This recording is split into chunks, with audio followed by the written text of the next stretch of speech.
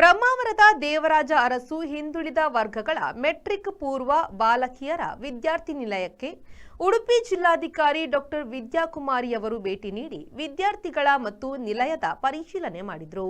ಈ ಹಿಂದೆ ಸ್ವತಃ ಶಿಕ್ಷಕಿಯಾಗಿದ್ದ ಜಿಲ್ಲಾಧಿಕಾರಿ ಡಾಕ್ಟರ್ ವಿದ್ಯಾಕುಮಾರಿಯವರು ನಿಲಯದ ವಿದ್ಯಾರ್ಥಿಗಳೊಂದಿಗೆ ಕೆಲವು ಹೊತ್ತು ಕಾಲ ಕಳೆದು ಅವರ ಓದು, ಶಿಕ್ಷಣ ಮತ್ತು ದಿನಚರಿ ಕುರಿತು ವಿಚಾರಿಸಿದರು.